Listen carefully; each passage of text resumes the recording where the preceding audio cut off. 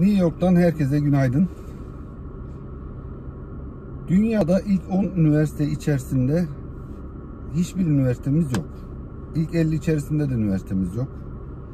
İlk 100 üniversite içerisinde de üniversitemiz yok. İlk 200'de de yok. 300'de de yok. İlk 500 üniversite içerisinde ki üniversitemiz Boğaziçi Üniversitesi. Yani ilk 500'de bir tane Boğaziçi Üniversitemiz var. Bu Boğaziçi Üniversitesi'nde o 500'den çıkartmak için elinden geleni yapıyor mevcut siyasi iktidar. Çok uzun zamandır bu siyasi işlere girmeyeyim, siyasi toplara girmeyeyim istiyorum. Çünkü iki ucu boklu değnek. Yani her taraf açısından aynı şekilde. Yani bunun AKP'li açısından, CHP'li açısından, MHP'li açısından, HDP'li açısından, İyi Partili açısından, herkes açısından, benim açımdan her tarafı iki uçlu boklu değnek. Nereye tutarsan tut bok yani, sizin anlayacağınız, tamam mı? Yani çünkü siyasette öyle bir at gözlüğü takıyor ki insanlar siyasete girdiği zaman kendi taraf olduğu partinin bütün yaptığı şeyleri onaylıyor. Karşı tarafın yaptığı bütün ne yaptıysa da ona da karşı. Hani çarşı her şeye karşı var ya. Siyaset böyle bir şey. Bu toplara girmek istemiyorum. Ama kardeşim, biz bu toplumda yaşayan, şimdi Amerika'dayız ama bizim canımız, ciğerimiz, her şeyimiz Türkiye.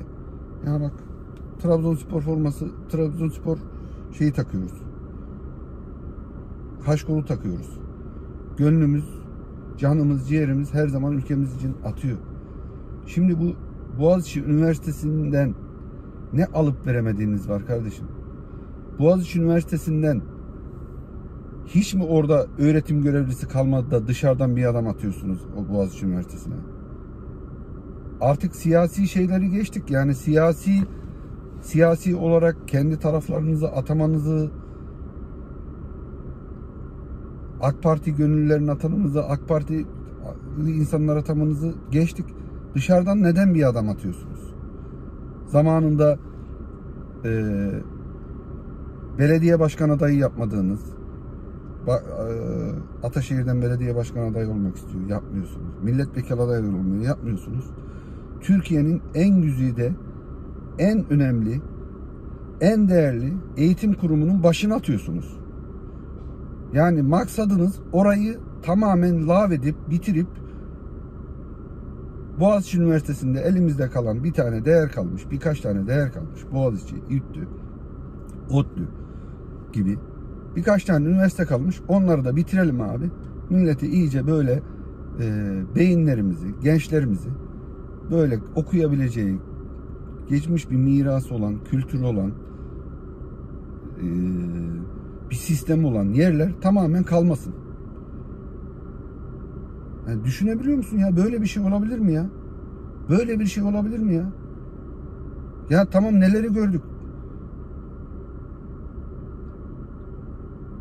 Yani hayvanat bahçesini müdürünü TÜBİTAK'ın başına atadınız. Hayvanat bahçesi müdürü TÜBİTAK'ın başına atanıyor ya. TÜBİTAK'ı ben ne zaman öğrendim biliyor musunuz? TÜBİTAK'ı Almanya'da bir seyahate gitmiştim, iş seyahatine. Kaldığım otelde TÜBİTAK'ın konferansı varmış. Öğrenciler gelmiş Türkiye'den, şuradan buradan, her yerden. Orada böyle konferans yapacaklar. Onun öncesinde kahvaltı var. Bir sürü insanlarla, çocuklarla, gençlerle sohbet etmek imkanı buldum. TÜBİTAK ne yapıyor falan filan çocuklar. O dedi ki ya biz işte dedi bilmem işte öyle bir türbin yapıyoruz ki yani tam detayını hatırlamıyorum ama atıyorum işte 10.000 kilometredeki görüntüyü yakınlaştırıyoruz. Öbürü dedi ki işte toprağın içindeki bilmem ne canlılarına katkı sağlamak için toprakla ilgili araştırma yapıyoruz. Öbürü dedi bilmem kimya ile alakalı bir şey yapıyoruz. Öbürü robot. Allah Allah dedim ya. TÜBİTAK neymiş dedim. Hepsi cengaver gibi çocuklar, böyle genç çocuklar, gözleri pırıldıyor. Yani gördüğün zaman çocuğu zaten, yani oradaki gençleri gördüğün zaman böyle insanın içi kıpır kıpır ediyor. Zeka fışkırıyor. Çalışkanlar, yani sadece zekayla da yetmiyor. Yani TÜBİTAK'ın ne olduğunu o zaman, bu dediğim 14-15 yıl önce, yani 2006-2007 yıllarıydı. Allah Allah dedim. Yani siz böyle bir kurumun, bilim kurulunun, yani neredeyse Amerika'da işte NASA var. Uzay araştırıyor. Artık adamlar dünyada araştıracak pek bir şey bulamadılar. NASA var. Bunun gibi bir kurum. Buna eşdeğer bir kurum TÜBİTAK. TÜBİTAK'ın başına hayvanat bahçesinden insan atadılar ya bu ülkede. Boğaziçi Üniversitesi'ne giden çocuklar Türkiye'de ilk 100'e giren çocukların 100 kişiden 65'i Boğaziçi Üniversitesi'ni tercih ediyor. 20-25 tanesi de Galatasaray Üniversitesi'ni tercih ediyor. Özellikle de hukuk fakültesi revaçta, yani her zaman ilk 100'e girenlerden tercih ediyor çocuklar. Geriye kalan 8-10 kişiyi de işte birisinin Koç Üniversitesi alıyor. Bilmem 10 bin lira maaş veriyor. Tamamen okul bedava. Birisinin Sabancı Üniversitesi'ni alıyor. İkisi Hacettepe'yi, ODTÜ'yü tercih ediyor. Geriye kalanların %65'ini Boğaziçi'ni tercih ediyor. Boğaziçi'ni niye tercih ediyor bu çocuklar? Orada bir kültür var. Orada bir gelenek var. Oradan oraya çıkan, orada okuyan, zaten okumak çok önemli değil. Oradaki kültürü, oradaki insan topluluğunu, oradaki karakteristik yapıyı kapmak için. Yani bilgiyi eyleme dönüştürmek için insanlar burayı tercih ediyor. Boğaziçi Üniversitesi'ni tercih ediyor. Genç çocuklar. Zeki çocuklar. Sadece zekaya da yetmiyor. Çalışkan çocuklar. Yani bu çocukların hedefleri ta böyle 3-5 yıl, 10 yıl, 20 yıl gerisinden geliyor Boğaziçi'ne. Boğaziçi'ni hedefleyip ona göre çalışıyorlar. Ona göre ders çalışıyorlar. Kendilerini veriyorlar. Gidenlerin de 100 kişiden 99'u orta kesim ve gariban çocuklar ha. Orta kesim ve gariban çocuklar. O çocuklar öbür üniversitesi 6 bin lira 10 bin lira maaş daha girerken ilk 100'e girmiş. Maaş vermesine rağmen çocuk onları da elinin tersiyle itiyor. Bu varlıklı ailelerin çocukları değil. Ya memur çocuğu, ya orta kesim esnaf çocuğu, ya gariban çocukları onu da elinin tersiyle itiyor. Orada ben bir bir insana dönüşüyüm. Orada bir dünya ile alakalı entegre bir insana dönüşüyüm. Oradaki insan popülasyonundan sinerji alayım. İşte hocalarından sinerji alayım. Dünya ile entegre bir eğitim alayım diye orayı seçiyor. Şimdi burayı da el birliğiyle ne kaldı elimizde şöyle değerli bir kurum. Oraya da bir iyice bokun çukurun içine koyalım. Ya böyle bir mantık olabilir mi ya? Bir insan ülkesine böyle bir kötülük yapabilir mi ya? Böyle bir kötülük yapabilir mi ya? Bugün Türkiye'nin birçok başbakanı Boğaziçi'nden çıkmıştır. Yani üniversiteleri seç, en fazla başbakanın çıktığı üniversitedir. Yani en son başbakan Ahmet Davutoğlu'ydu. İşte Tansu Çiller vardı. Bir sürü başbakan çıktı ya. Bir sürü değerli insanlar çıktı. Yani ülkeyi yöneten insanlar çıktı. Şimdi bu çocuklar, şimdi burayı bitiren çocukların hedefinde artık Türkiye yok. Türkiye yok. İşte burada görüyoruz Amerika'da. Türkiye gibi geri kalmış, insanın bilgiye, değere önem vermeyen insanlar, devletlerin gençleri ülkelerinden kaçıp buraya gelmek istiyor. Amerika'ya gelmek istiyor. Niye? Özgür bir ortam yok. Demokratik bir ortam yok. Adamın başına, TÜBİTAK'ın başına hayvanat bahçesinin müdürünü atarsın. Öbür tarafa AK Parti ilçe başkanlığı, ilçeyi kurmuş. AK Parti belediye başkanı adayı olmuş adam atarsın. Ya mutlaka ben de muhafazakar bir adamım arkadaş. Ben de muhafazakar bir adamım.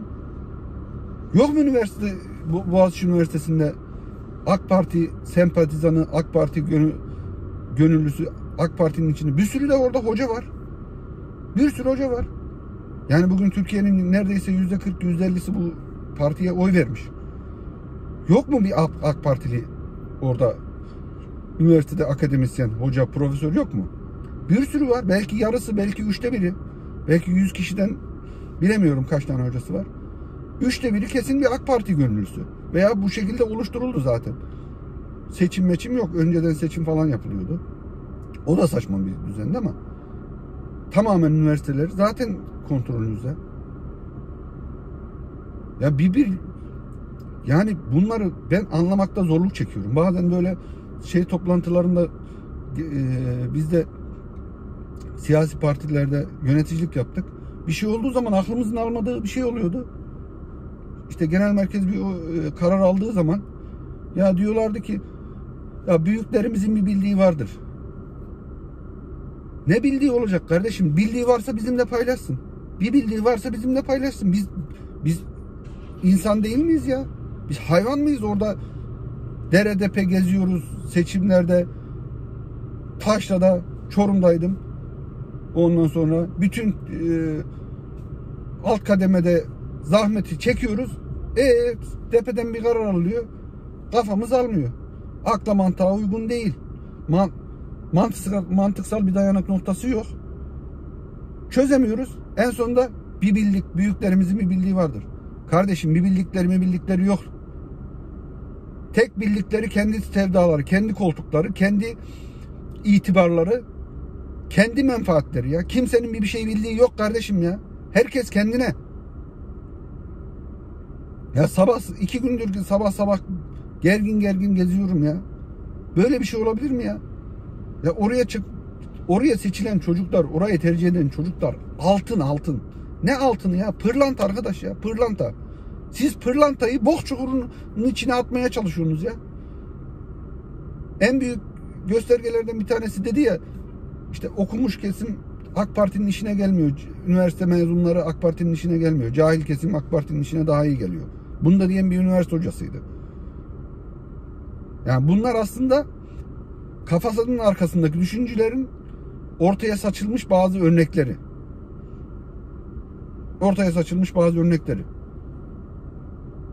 Ya böyle bir şey olabilir mi arkadaş ya? Ya hiç mi kendinizi düşün ya, kendinizi tamam gün edeceksin. Zaten gelmişsin 60-70 yaşına neyse, ondan sonra Allah herkese bir uzun ömür versin. Ne kadar ömrüne kaldığı belli değil. Ya kardeşim senin torunun yok mu ya? Senin çevrende yeğenin, senin akrabaların, senin hemşerilerin, senin kendinden, canından, kanından insanlar yok mu ya? Bunların geleceğine de dinamit koyuyorsun ya. Olay sadece hani Boğaziçi Üniversitesi olayı da değil. Nerede bir değerli kurum var? Orayı mahvetmek için, orayı batırmak için, oradaki düzeni bozmak için oraya bir dinamit at. Videonun kapak fotoğrafını da koyacağım. Üniversite kapısına kelepçe bağladılar. Kelepçe. Üniversite kapısını polis kelepçesiyle, 2 tane polis kelepçesini birleştirmişler. Kelepçeyle bağlamışlar. Ne? Öğrenciler eylem yapıyor diye. Yani 100 yıla damga vuracak bir resim ortaya çıktı. Üniversite kapısında kelepçe. Düşünebiliyor musunuz ya?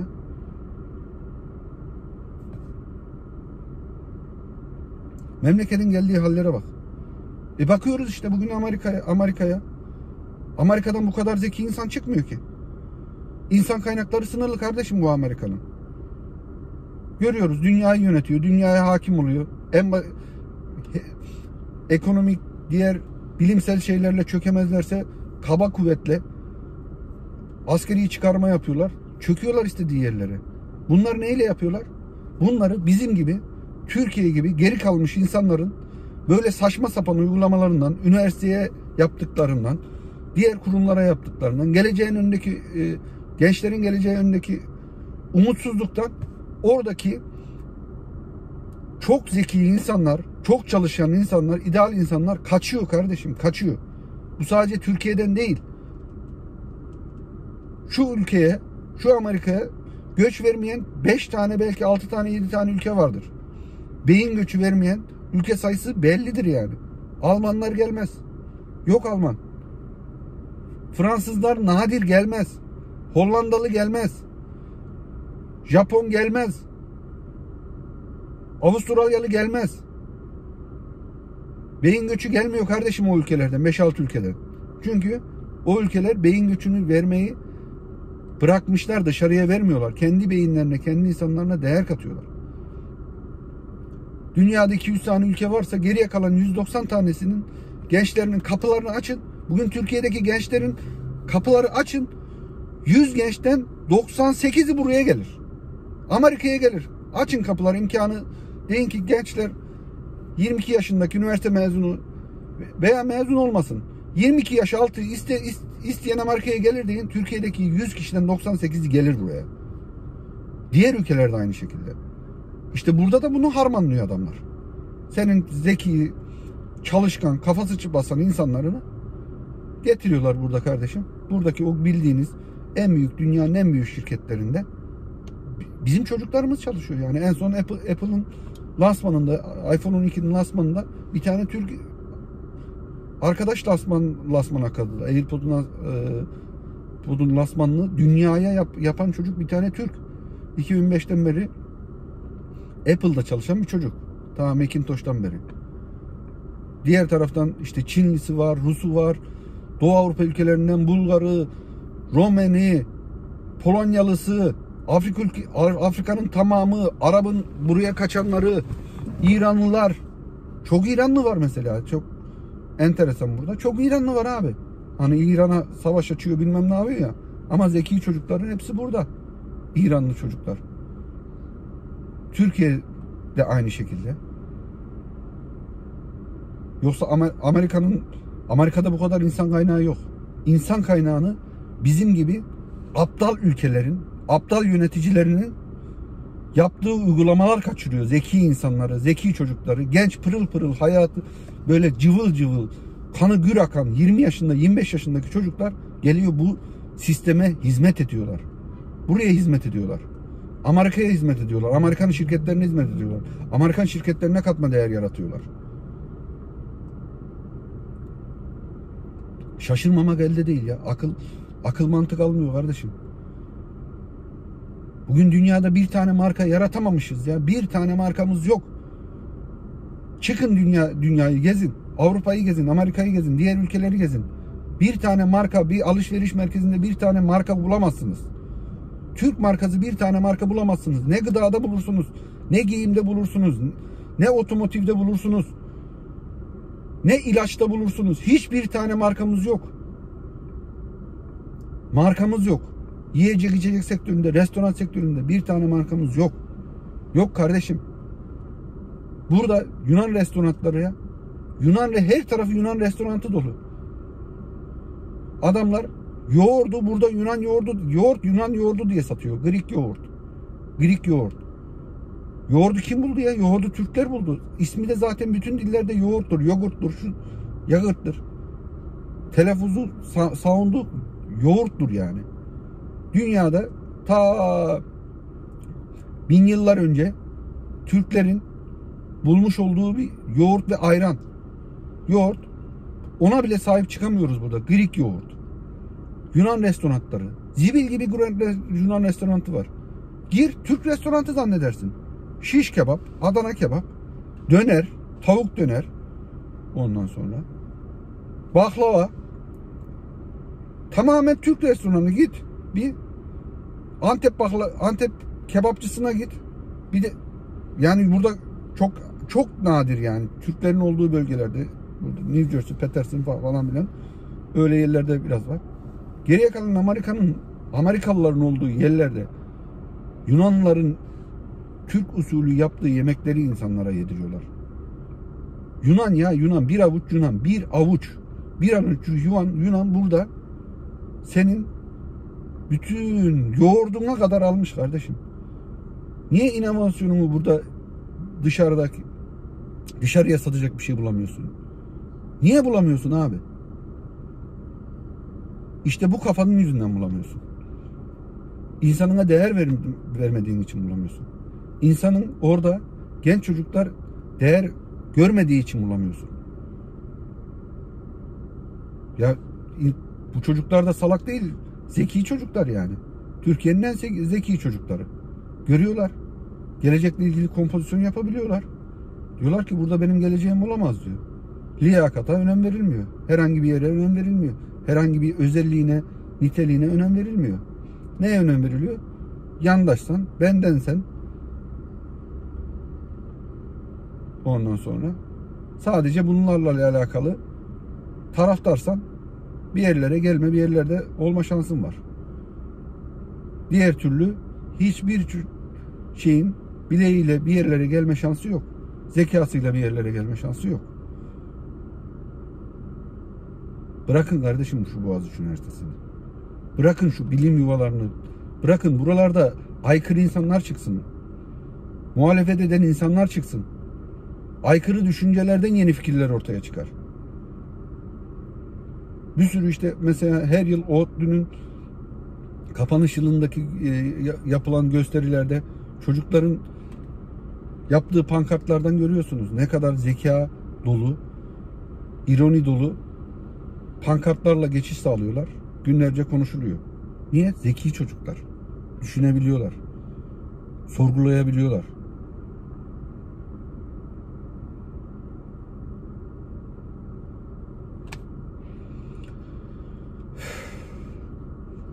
Bugünkü videomu burada kapatıyorum.